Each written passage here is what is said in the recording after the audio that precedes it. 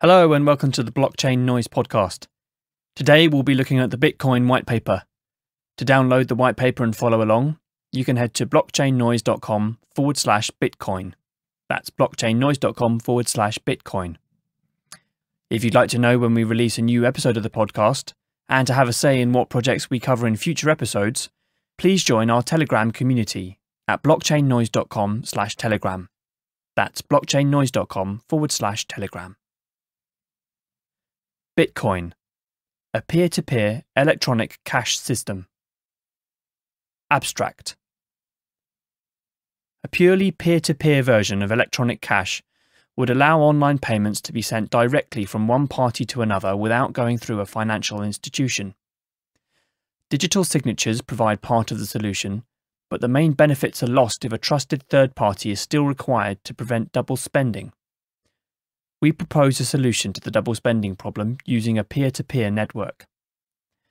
The network timestamps transactions by hashing them into an ongoing chain of hash-based proof of work, forming a record that cannot be changed without redoing the proof of work. The longest chain not only serves as proof of the sequence of events witnessed, but proof that it came from the largest pool of CPU power. As long as the majority of CPU power is controlled by nodes that are not cooperating to attack the network, they'll generate the longest chain and outpace attackers. The network itself requires minimal structure. Messages are broadcast on a best effort basis, and nodes can even rejoin the network at will, accepting the longest proof of network chain as proof of what happened while they were gone. 1. Introduction. Commerce on the internet has come to rely almost exclusively on financial institutions serving as trusted third parties to process electronic payments. While the system works well enough for most transactions, it still suffers from the inherent weaknesses of the trust-based model. Completely non-reversible transactions are not really possible since financial institutions cannot avoid mediating disputes. The cost of mediation increases transaction costs, limiting the minimal practical transaction size and cutting off the possibility for small casual transactions. And there's a broader cost in the loss of ability to make non-reversible payments for non-reversible services. With the possibility of reversal, the need for trust spreads. Merchants must be wary of their customers, hassling them for more information than they would otherwise need. A certain percentage of fraud is accepted as unavoidable. These costs and payment uncertainties can be avoided in person by using physical currency, but no mechanism exists to make payments over a communications channel without a trusted party. What is needed is an electronic payment system based on cryptographic proof instead of trust, allowing any two willing parties to transact directly with each other without the need for a trusted third party. Transactions that are computationally impractical to reverse would protect sellers from fraud, and routine escrow mechanisms could easily be implemented to protect buyers. In this paper, we proposed a solution to the double spending problem using a peer-to-peer distributed timestamp server to generate computational proof of the chronological order of transactions. The system is secure as long as honest nodes collectively control more CPU power than any cooperating group of attacker nodes. We define an electronic coin as a chain of digital signatures. Each owner transfers the coin to the next by digitally signing a hash of the previous transaction and the public key of the next owner and adding these to the end of the coin. A payee can verify the signatures to verify the chain of ownership. The problem, of course, is the payee can't verify that one of the owners did not double spend the coin. A common solution is to introduce a trusted central authority, or mint, that checks every transaction for double spending. After each transaction, the coin must be returned to the mint to issue a new coin, and only coins issued directly from the mint are trusted not to be double spent. The problem with this solution is that the fate of the entire money system depends on the company running the mint, with every transaction having to go through them, just like a bank. We need a way for the payee to know that the previous owners did not sign any earlier transactions. For our purposes, the earliest transaction is the one that counts, so we don't care about later attempts to double spend. The only way to confirm the absence of a transaction is to be aware of all transactions.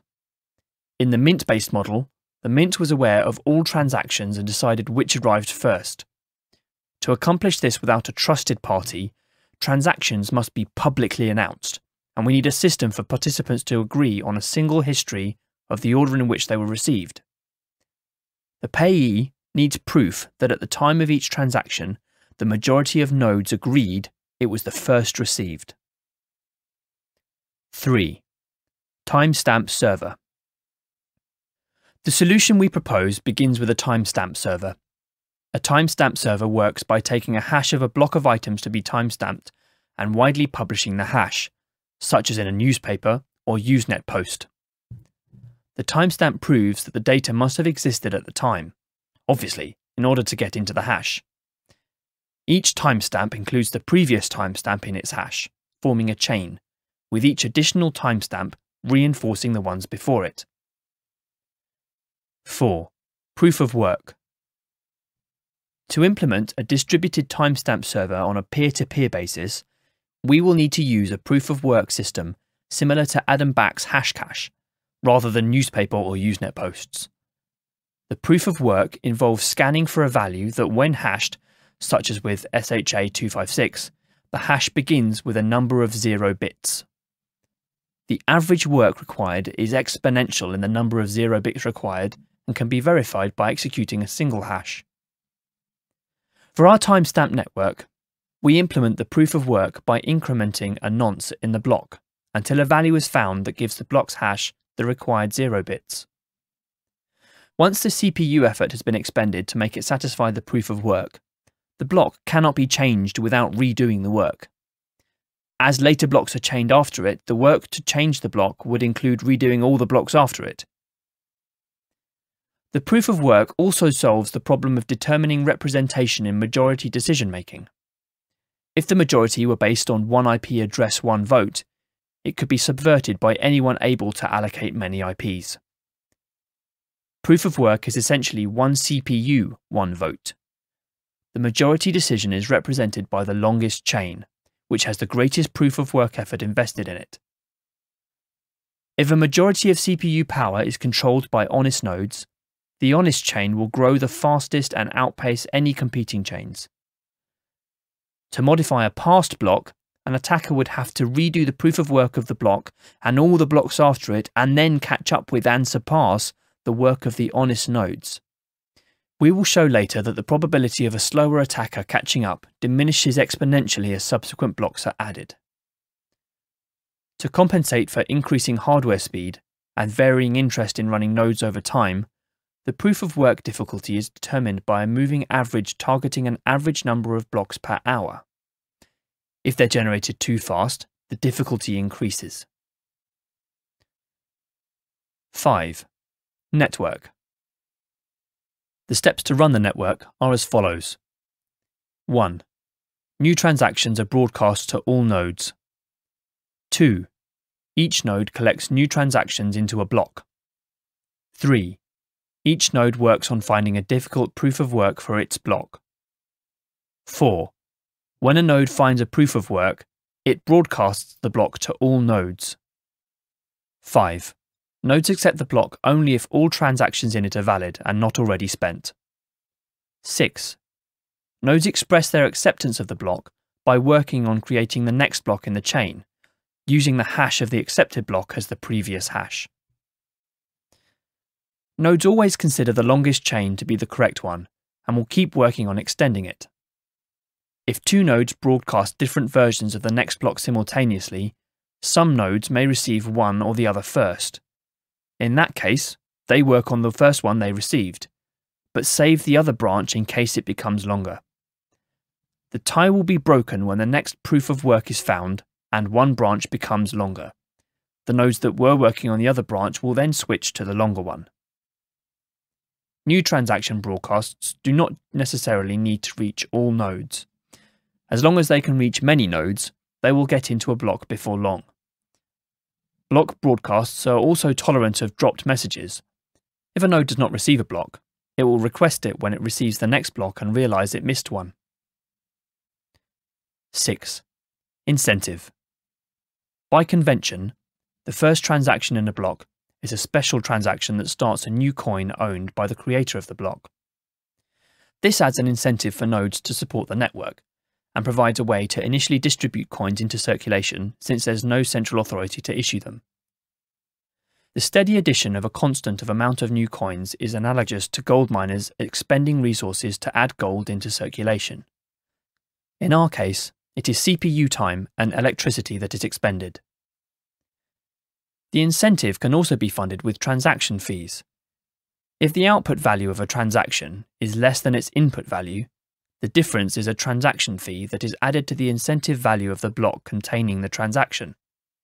Once a predetermined number of coins have entered circulation, the incentive can transition entirely to transaction fees and be completely inflation-free. The incentive may help encourage nodes to stay honest. If a greedy attacker is able to assemble more CPU power than all the honest nodes, he would have to choose between using it to defraud people by stealing back his payments or using it to generate new coins.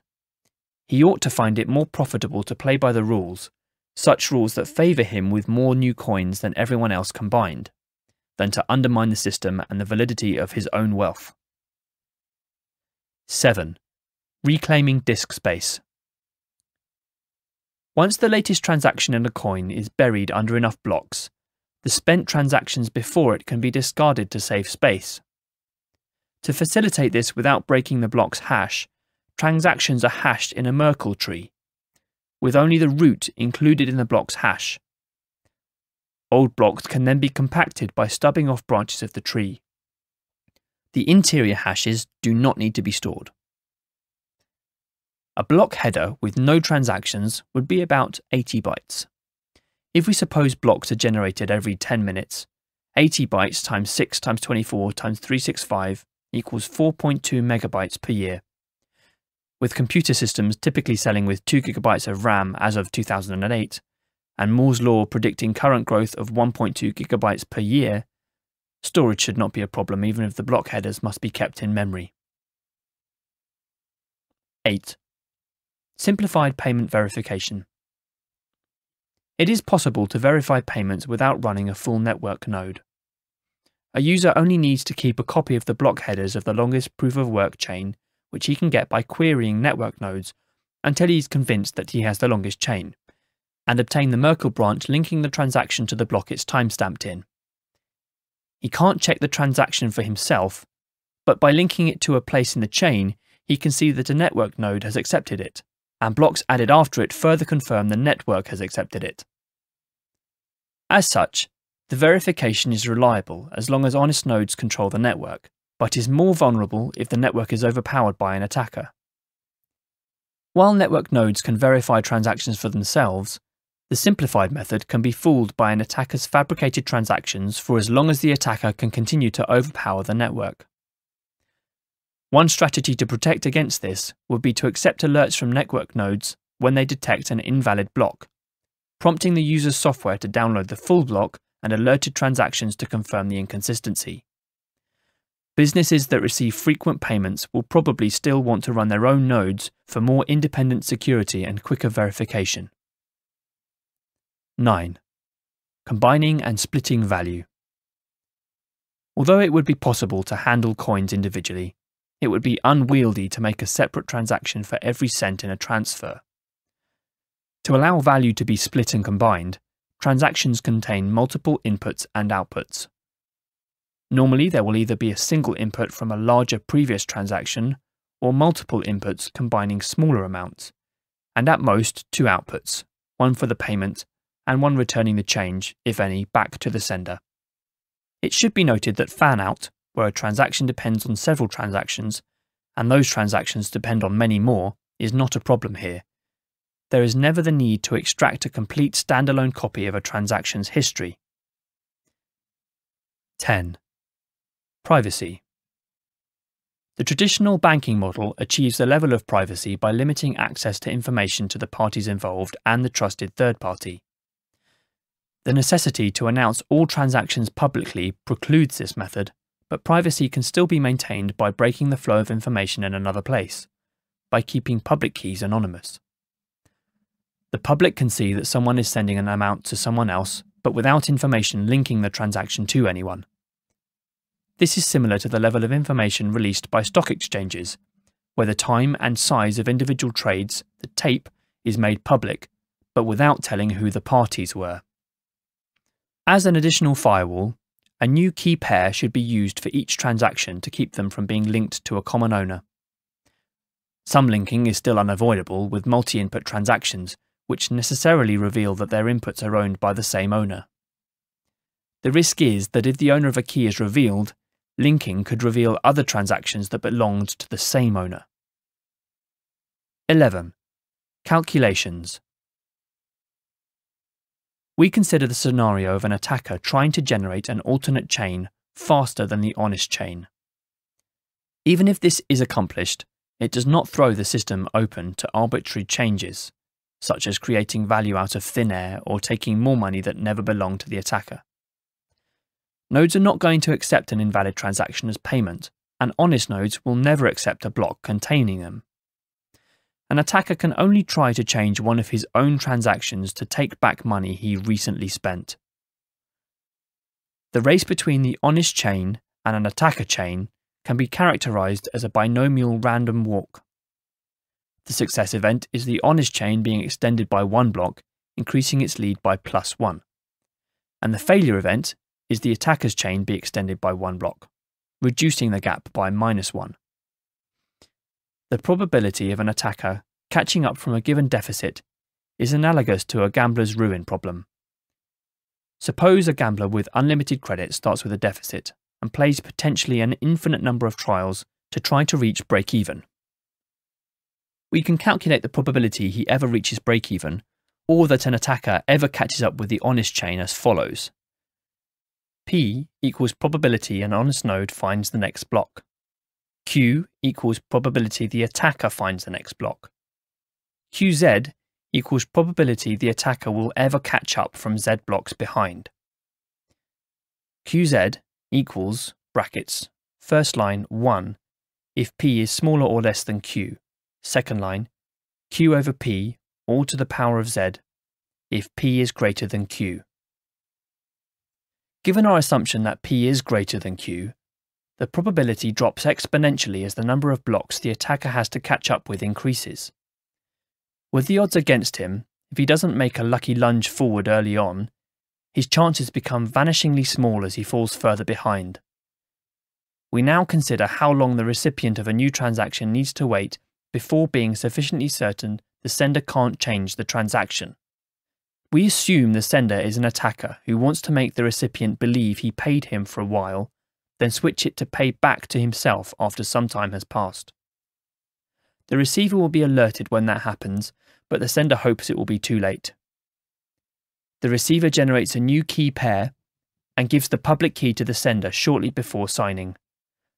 This prevents the sender from preparing a chain of blocks ahead of time by working on it continuously until he's lucky enough to get far enough ahead, then executing the transaction at that moment. Once the transaction is sent, the dishonest sender starts working in secret on a parallel chain containing an alternate version of his transaction. The recipient waits until the transaction has been added to the block and Z blocks have been linked after it. He doesn't know the exact amount of progress the attacker has made, but assuming the honest blocks took the average expected time per block, the attacker's potential progress will be a Poisson distribution with expected value, lambda equals Z Q over P. To get the probability the attacker could still catch up now, we multiply the Poisson density for each amount of progress he could have made by the probability that he could catch up from that point. At this point in the white paper, the equations get slightly too complex to be able to describe satisfactorily on a podcast, at least not without taking away from their meaning. If you'd like to follow them and see how they convert to C code, you'll find this on page 7 of the original white paper. The equations show and demonstrate by running some results that the probability the attacker will ever catch up from Z blocks behind decreases exponentially as the number of blocks increases. 12. Conclusion. We have proposed a system for electronic transactions without relying on trust. We started with the usual framework of coins made from digital signatures which provides strong control of ownership, but is incomplete without a way to prevent double spending. To solve this, we proposed a peer-to-peer network using proof of work to record a public history of transactions that quickly becomes computationally impractical for an attacker to change if honest nodes control a majority of CPU power. The network is robust in its unstructured simplicity. Nodes work all at once with little coordination.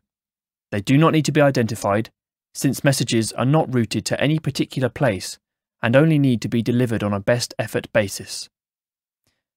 Nodes can leave and rejoin the network at will, accepting the proof of work chain as proof of what happened while they were gone. They vote with their CPU power, expressing their acceptance of valid blocks by working on extending them and rejecting invalid blocks by refusing to work on them. Any needed rules and incentives can be enforced with this consensus mechanism. There ends the Bitcoin whitepaper. Thank you so much for tuning in.